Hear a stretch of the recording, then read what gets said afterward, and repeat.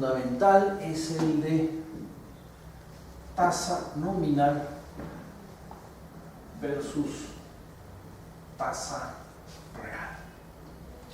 Como mencionamos en la clase anterior, todo era sobre tasas de interés reales, porque comparábamos bienes en el presente versus bienes en el futuro.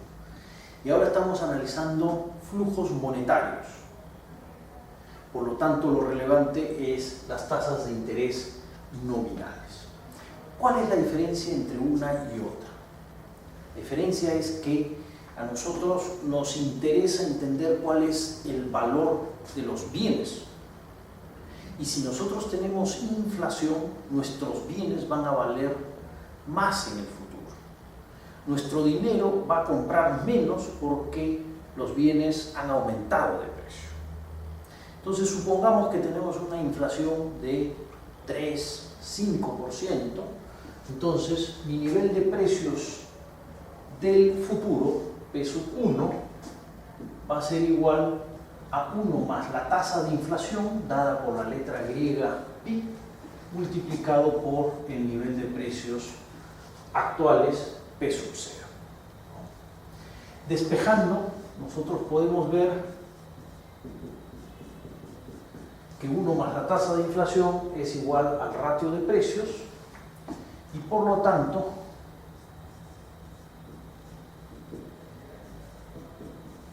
el cambio de precios tomando como base el precio inicial es por definición la tasa de inflación. Entonces, un flujo monetario en el cual yo pongo una unidad monetaria y me entrega como resultado 1 más R, vamos a ponerle el N de nominal en el futuro, este tiene dos componentes. Tiene un componente de cobertura de inflación y tiene un componente real. Es decir,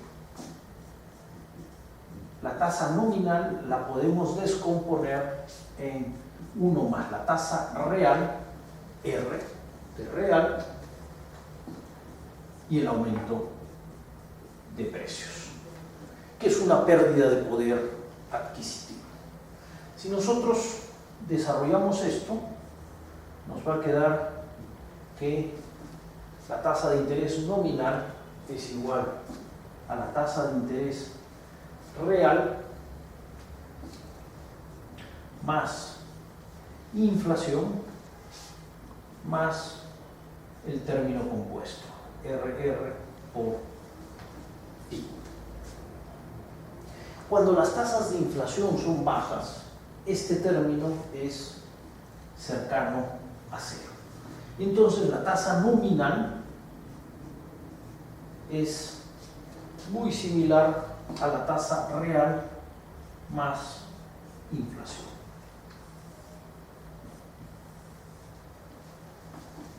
Es decir, si a mí me ofrecen 10% de rentabilidad en un activo, pero la inflación es 12%, quiere decir que mi tasa de interés real es negativa. Y yo por hacer esta inversión voy a perder capacidad de compra.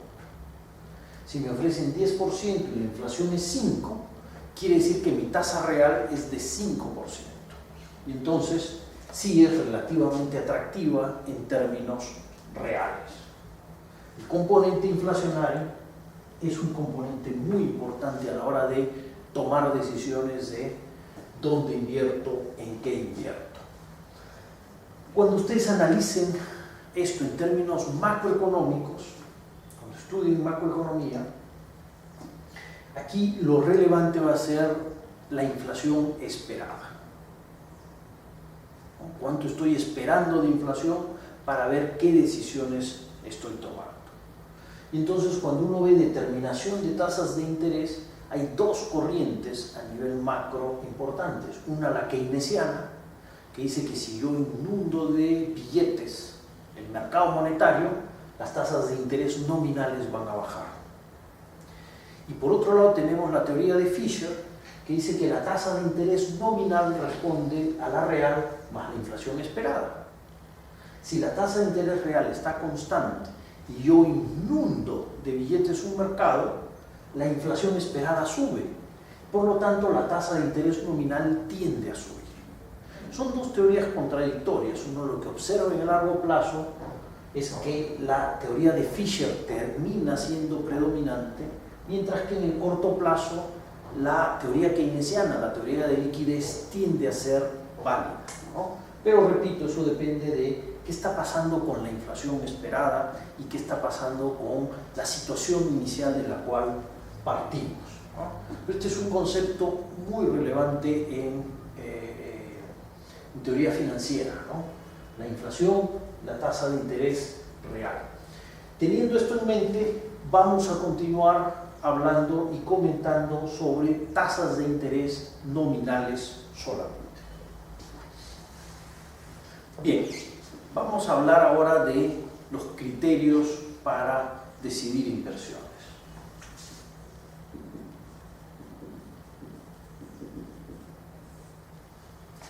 Supongamos que nosotros tenemos una inversión en la cual colocamos 1 y obtenemos una rentabilidad, un flujo de F. Nosotros vamos a tener una tasa de descuento que es igual a R. Entonces vamos a hallar el valor presente neto de esta inversión, menos 1 más F entre 1 más R. Esta tasa de interés es la tasa de descuento que yo tengo en el mercado, al cual puedo acceder, al cual puedo endeudarme, al cual puedo ahorrar. Y es mi tasa relevante para descontar mis flujos. ¿Cuál es la tasa interna de retorno de un proyecto? Para hallar la tasa interna de retorno, yo tengo que hacer un valor presente neto igual a 0. Es decir, menos 1 más F entre 1 más I, donde I es la tasa interna de retorno, volátil, esto igual a 0. ¿Qué quiere decir esto?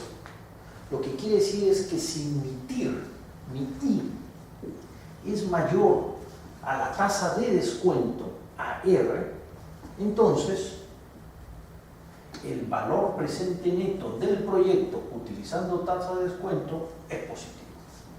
Y entonces mi decisión de inversión es positiva, tiene que seguir adelante. Si la tasa interna de retorno del proyecto, es decir, la tasa con la cual el valor presente se hace 0, es menor a la tasa de interés de descuento, entonces valor presente neto negativo y no es una buena inversión. No tengo que invertir en este proyecto, ¿no? Este es un criterio muy simple, muy básico. El mundo es bastante más complejo, pero este es un primer criterio de aproximación para decidir dónde invierto, ¿no?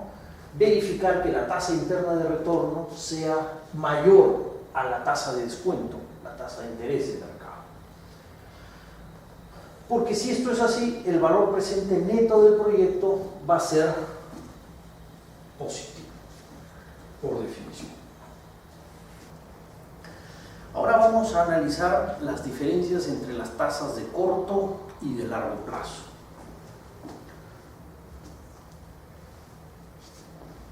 Supongan, tenemos periodo inicial y 2 periodos más.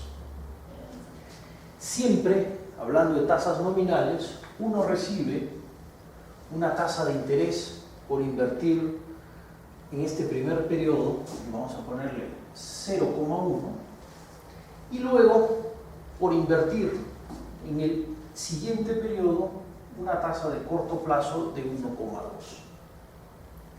Entonces uno hace inversiones de corto plazo y su rentabilidad total es 1 más R1 por 1 más R1,2. Cada sol que yo pongo acá, obtengo esta rentabilidad en el primer periodo, vuelvo a invertir y obtengo esta rentabilidad en el segundo periodo. Alternativamente, yo puedo obtener una inversión de 2 periodos a una tasa anualizada de R0,2. Esta es una tasa de largo plazo. Yo comprometo una inversión por 2 periodos. No es como acá, que yo tengo acceso a mis fondos y decido seguir invirtiendo. En este caso, lo que nosotros tenemos es, al final del año, me pagan mi tasa anualizada y el siguiente año me vuelven a pagar la tasa anualizada, entonces es 1 más R02 al cuadrado. Por condición de arbitraje, nosotros debemos ver que ambas rentabilidades tienen que ser iguales.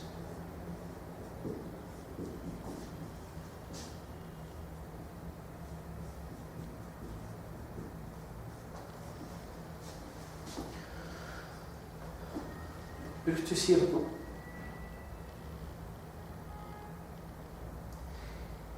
Es lo mismo comprometer recursos en el largo plazo que poder tener disponibilidad de estos recursos en cada momento del tiempo cuando se vencen los contratos anuales?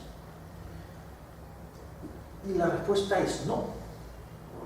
Mientras más largo sea el compromiso del dinero, uno va a tender a exigir una mayor tasa de largo plazo.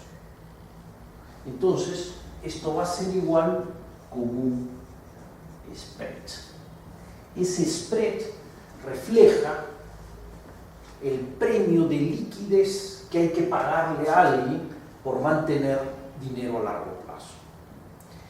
Si las diferencias, por ejemplo, estamos hablando de tasas mensuales o tasas de ahorros con periodicidad mensual, frente a tasas a 3 meses, no deberíamos ver mucha diferencia. Pero sí hay una gran diferencia cuando hablamos de contratos a 3 meses versus contratos a 1 año o a 2 años. Porque entonces el spread sí empieza a ser relevante para el inversionista. Porque el inversionista no va a poder tocar el dinero por la duración del contrato. Este spread, entonces, refleja el valor del dinero en el tiempo. Y entonces, si tenemos tiempo acá y tenemos tasas de interés acá, vamos a tener que los contratos de corto plazo tienden a tener tasas más bajas que los contratos de largo plazo. Esto es lo que se llama una curva de rendimiento. La pendiente positiva refleja justamente este spread positivo, esta disposición a pagar un poco más por mantener el dinero a largo plazo o por conseguir créditos de largo plazo. Ahora, ¿qué ocurre? Porque estos son valores esperados que uno tiene al inicio del contrato. ¿Qué ocurre si por distintas razones uno espera que las tasas en el futuro bajen? Uno espera que R1,2 baje. Entonces, si esto es así, si el mercado espera eso, entonces la tasa R02, la tasa de largo plazo, puede que sea menor a la tasa de corto. En estos casos, nosotros podemos tener una curva con pendiente negativa. ¿Por qué? Porque acá me estoy asegurando un ingreso financiero relativamente mayor porque estoy esperando que caiga la tasa de interés de corto plazo en el futuro. Hay un riesgo entonces acá de volver a colocar a tasa alta los ahorros. Entonces prefiero hacerlo de una vez. Y esto hace que las tasas bajen, ¿no? Y pueda yo tener una curva con pendiente negativa. Y eso no tiene nada que ver con que el valor del dinero en el tiempo o el spread implique cierto premio por liquidez. Pero lo que está ocurriendo acá, lo que está mandando, es una expectativa de disminución de tasa. En estos casos se llaman curva de rendimiento con pendiente invertida.